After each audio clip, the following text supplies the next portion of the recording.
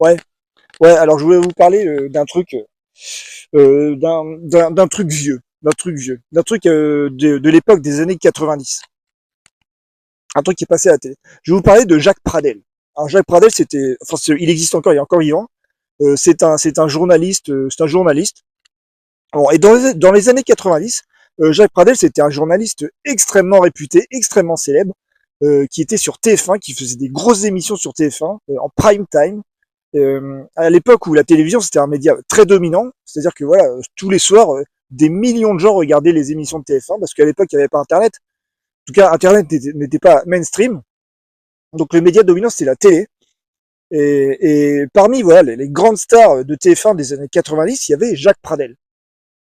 Alors Jacques Pradel, voilà, c'est un journaliste sérieux, relativement sérieux.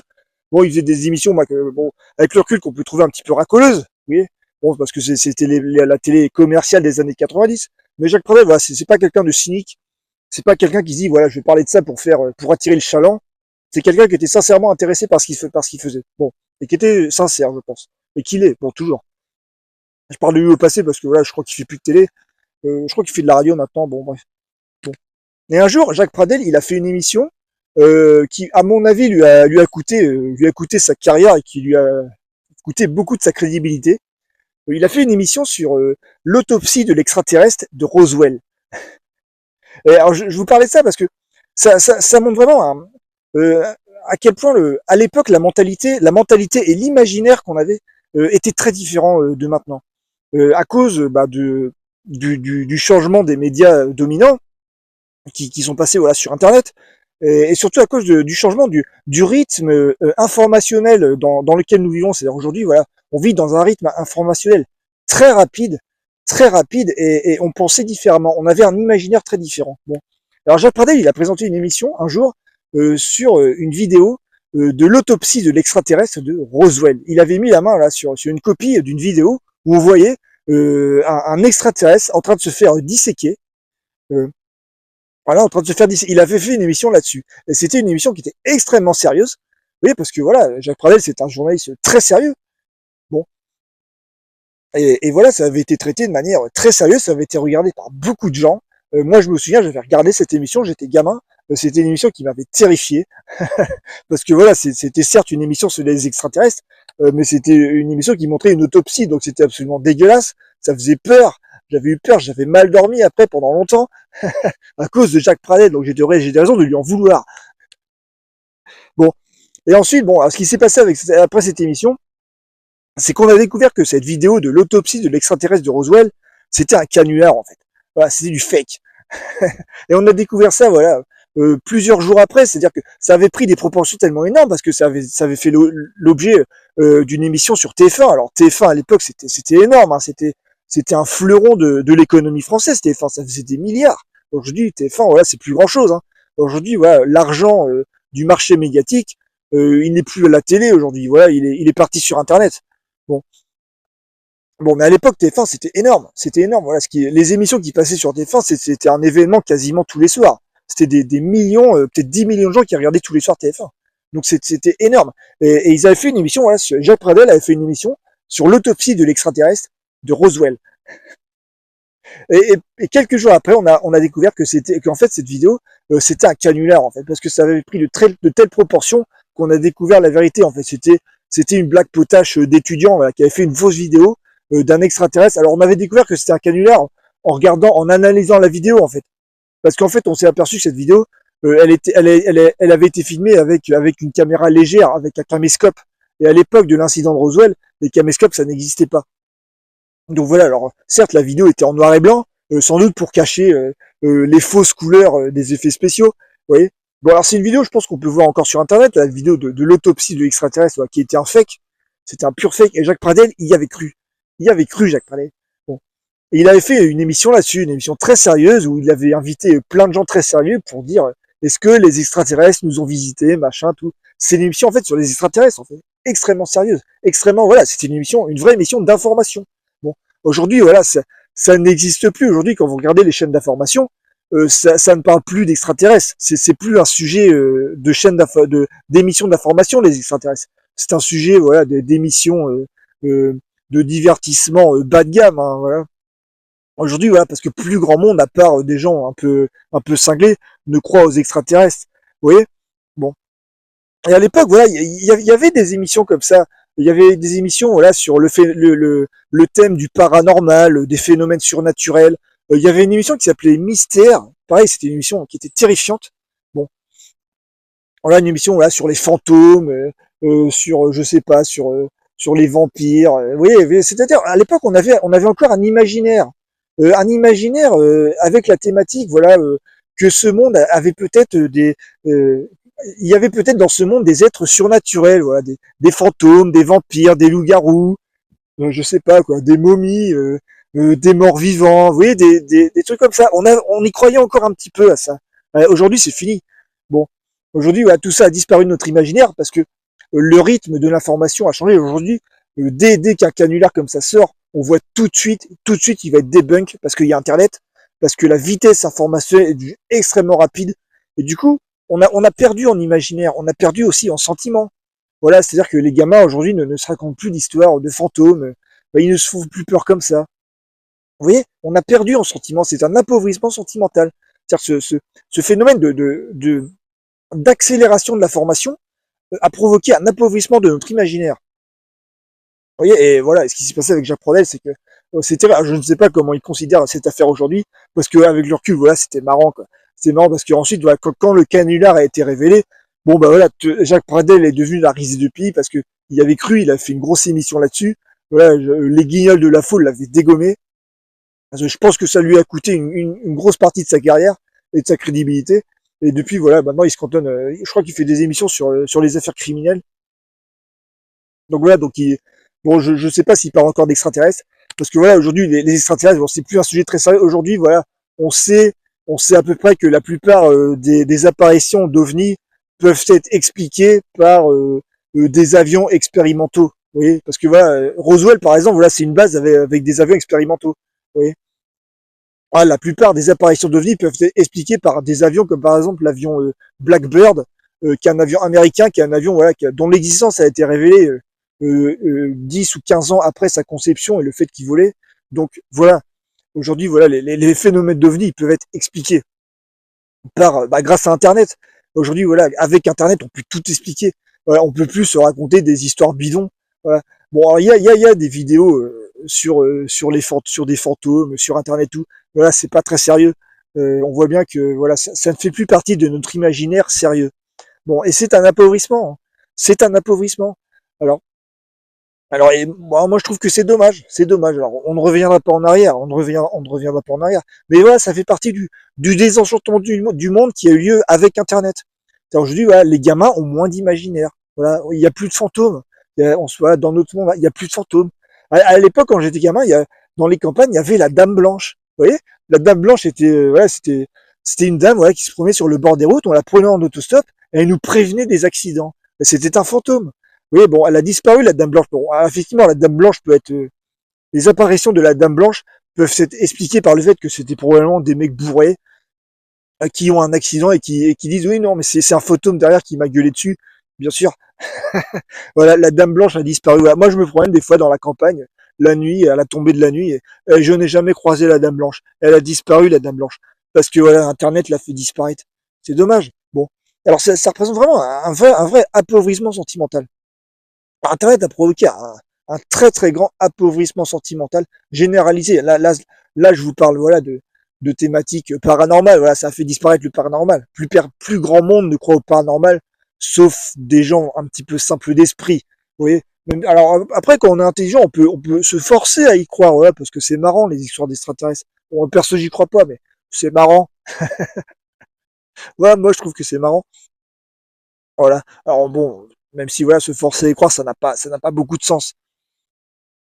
Donc voilà, donc j'y crois pas en fait. Bon, je ne crois plus en rien. Je me dis voilà, il y aura jamais un fantôme qui passera par là, il y aura jamais un vampire ou un loup-garou. Voilà, il y a rien, c'est vide. Le monde est devenu vide, c'est terrible par cette par cette massification de l'information et de l'image que nous nous sommes pris dans la gueule avec Internet finalement. Vous voyez. Donc c'est un média vraiment. On n'a pas de distance critique par rapport aux médias Internet. C'est un média Internet. C'est un média. Bon, c'est un média qui peut être critiqué comme tous les autres médias.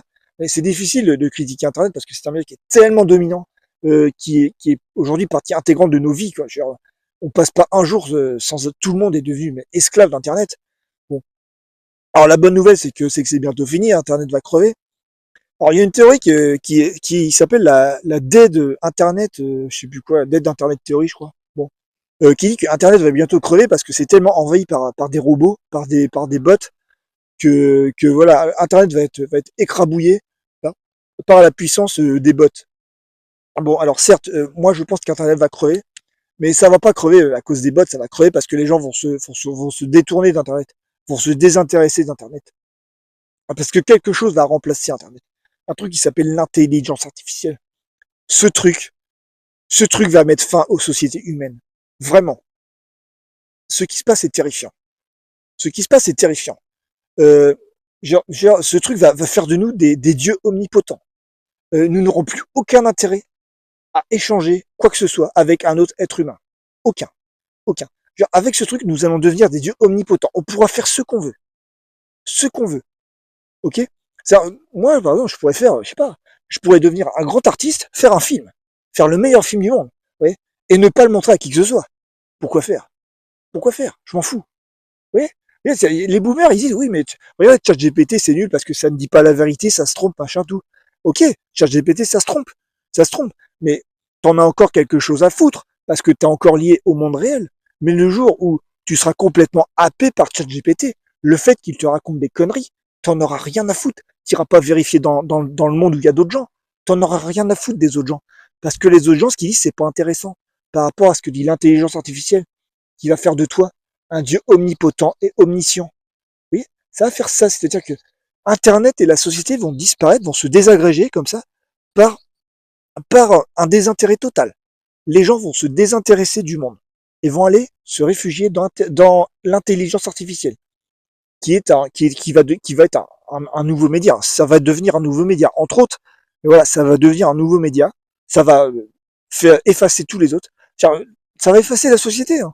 Ça me fait marrer quand je vois le chef d'état-major qui dit ouais, il faut se préparer à la guerre, tout machin, mais il n'y aura pas de guerre. Il n'y aura pas de guerre. Les gens vont tellement se désintéresser au monde. Mais pourquoi faire la guerre? Pourquoi faire? Là, il y a encore les vieux boomers là qui veulent qu'on fasse la guerre, les vieux boomers qui pensent en territoire, qui pensent en frontières, qui pensent en terre. Mais c'est fini ça, c'est fini. L'intelligence artificielle va nous happer, ça va nous happer. Nous n'aurons plus aucun intérêt à échanger les uns avec les autres. Aucun. Qu'est-ce que j'ai moi? Quel intérêt j'ai à échanger avec un mec qui est pas d'accord avec moi? J'en ai rien à foutre. Je peux devenir un dieu omnipotent et omniscient grâce, grâce aux applications médiatiques qu'offrira l'intelligence artificielle qui fera de moi un dieu omnipotent et omniscient. Je pourrais faire ce que je veux. Ce que je veux. Alors, je vais pas vous dire. Alors, évidemment, la plupart des hommes voudront faire des trucs dégueulasses, mais il y aura pas que ça. Hein. Par exemple, moi, si j'ai envie de faire, je sais pas. Par exemple, je suis fan du film Le Guépard. Voilà. Le Guépard, c'est un film incroyable. Si j'ai envie de faire Le Guépard 2, la suite du Guépard, ok, le retour du Guépard, ok.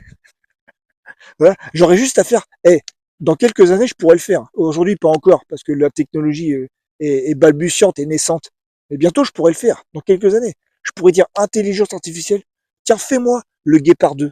Et je lui dirais, voilà, avec tel acteur, avec tel machin, voilà, par exemple, moi dans le rôle d'Alain Delon, par exemple. Et, voilà. Et l'intelligence artificielle ne me fera pas un film, le Guépard 2. Elle m'en fera des millions, et j'aurai le choix. Et je pourrais choisir ma version préférée. Et ça ne concernera que moi. Je n'aurai aucun intérêt à partager ça avec qui que ce soit. Je n'en ai rien à foutre de ce que pensent les autres. Là, pour moi, ça sera parfait. Vous voyez, on va tous s'enfermer. Alors ça a déjà commencé avec Internet. Hein. Internet est un média qui nous a considérablement individualisés. À l'époque de la télé, quand il y avait une émission de télé importante, le lendemain, on en parlait, on en discutait. La télé était un média communautaire. Internet est un média qui nous a isolés. C'est-à-dire, on ne discute pas dans le monde réel avec des gens de ce qu'on fait sur Internet. On ne discute pas, voilà, de la fois où on croise le fer sur Twitter, où on regarde telle vidéo YouTube, voilà. On ne discute pas de ce qu'on fait sur Internet avec les gens du monde réel. On n'en parle pas. Bon, ça n'est pas un média, c'est un média communautaire, mais comment dire, fermé. Fermé, c'est-à-dire on ne discute pas avec des gens du monde réel de ce qu'on fait sur Internet. C'est un média qui est isolant. Isolant. Bon, l'intelligence artificielle, ça va être ça, mais en 1000 fois pire. En 1000 fois pire. Mais le monde réel, non seulement, mais t'auras plus envie de parler avec lui, mais t'auras même plus envie d'interagir, de quoi que ce soit. Ça va mais désagréger mais totalement la société. On ne se rend pas compte de ce qui est en train d'arriver. Donc il y aura pas de, il y aura pas de. Si vous voulez la faire la troisième guerre mondiale, maniez-vous, hein. Maniez-vous parce que voilà, c'est bientôt la société humaine, c'est fini, c'est fini. Nous allons devenir des dieux omnipotents, omniscients, enfermés dans notre hub informationnel personnalisé. On n'en aura plus rien à foutre de ce que raconte qui que ce soit. Ce que raconteront les autres n'aura strictement aucun intérêt. L'intelligence artificielle nous racontera tout ce qu'on aura envie d'entendre, optimisera la production de dopamine dans notre cerveau, utilisera les bons mots, les bonnes images, les bonnes frames, les bonnes animations, les bonnes couleurs, les couleurs les plus perfectionnées par rapport à notre cerveau pour optimiser la production de dopamine. Vous voyez, ça fera ça.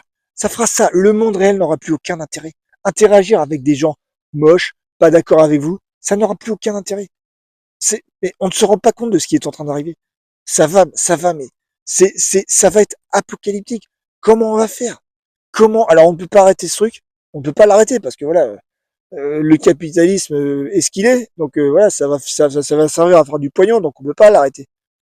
Mais il va falloir qu'on résiste du mieux qu'on peut. Alors, il y a un moyen de résister. C'est d'essayer de nous reconsidérer les uns les autres. Ok? Bon, alors pas de manière religieuse, je suis pas Jésus, hein, je vais pas vous dire aimez-vous les uns les autres. Hein. Ça, j'en ai rien à foutre. En plus, c'est de la connerie. D'ailleurs, non, au contraire, ne vous aimez pas. Moi, je suis Cyrano. Moi, je préfère Cyrano. Cyrano, il aime personne. Si, il aime Roxane. Il aime Roxane. Il va falloir qu'on revienne à une considération un petit peu plus genrée du monde. Vous voyez? Et c'est à nous de le faire. Parce qu'on est en France. Le pays du sentiment amoureux. Vous voyez? Le pays du sentiment de Cyrano et du sentiment de Roxane. C'est à nous de le faire. Nous avons un rôle à jouer là-dedans.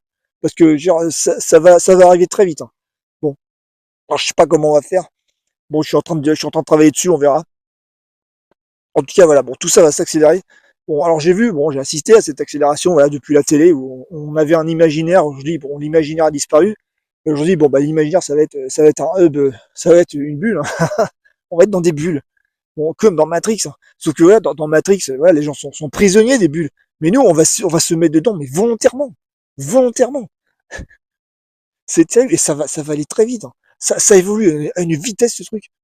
Bon, pour l'instant, voilà, ce qu'on peut faire avec l'intelligence artificielle, c'est des vidéos de quelques secondes. Mais ça va évoluer. Et c'est pas accessible à tous parce que ça demande beaucoup de puissance de calcul. Mais tout ça va être optimisé. Voilà, et les lois du marché vont permettre d'optimiser tout ça. Hein. Le capitalisme va vouloir que ça explose, ce truc. Et ça va exploser. Hein. Et voilà. Alors, la bonne nouvelle, c'est qu'il n'y aura pas de troisième guerre mondiale, de guerre atomique, parce que voilà, l'humanité ne sera plus intéressée par rapport au fait de faire la guerre, on s'en foutra complètement. On s'en foutra. On s'en foutra. Par contre, voilà, il y aura plus de société. Hein. C'est fini. Il y aura plus de société. Voilà, nous allons faire face au grand désintéressement du monde. On va se désintéresser, mais totalement du monde réel. Mais je déconne pas. Il va falloir. Moi, je pense que une des manières d'affronter ce problème, ça va être de le genrer, en fait. Ça va être de le genrer. C'est-à-dire que la population la plus en danger par ce truc, c'est la population masculine, en fait. Oui, bon, j'ai déjà expliqué ça, j'ai expliqué ça une autre fois. Bon, la population masculine va se faire pulvériser par les applications médiatiques de l'intelligence artificielle. Parce que le masculin est un genre conflictuel. Voilà, l'intelligence artificielle est un média qui n'a aucune forme de conflictualité.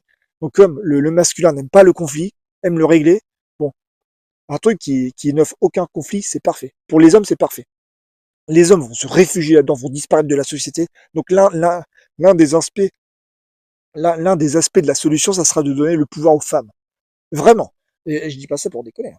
Ça va falloir filer le pouvoir aux femmes. Il va falloir faire un monde où les femmes auraient plus de droits et de libertés que les hommes. Il va falloir vraiment réfléchir à qu'est-ce qu'on fait des hommes, qu'est-ce qu'on en fait. Parce qu'ils vont devenir inutiles, dangereux, instables, voilà, et ils vont être dangereux. Hein. Bon, bref, tout ça est terrifiant. Bon, on verra. Alors, bon, j'espère que je raconte n'importe quoi. Hein. J'espère que je délire. J'espère. Peut-être que je raconte n'importe quoi. Peut-être que je suis cinglé. Ouais. Bon, peut-être que le personnel de la HP, ils ont raison. Peut-être que je suis cinglé. Moi, j'aimerais bien. J'espère que je suis cinglé. J'espère.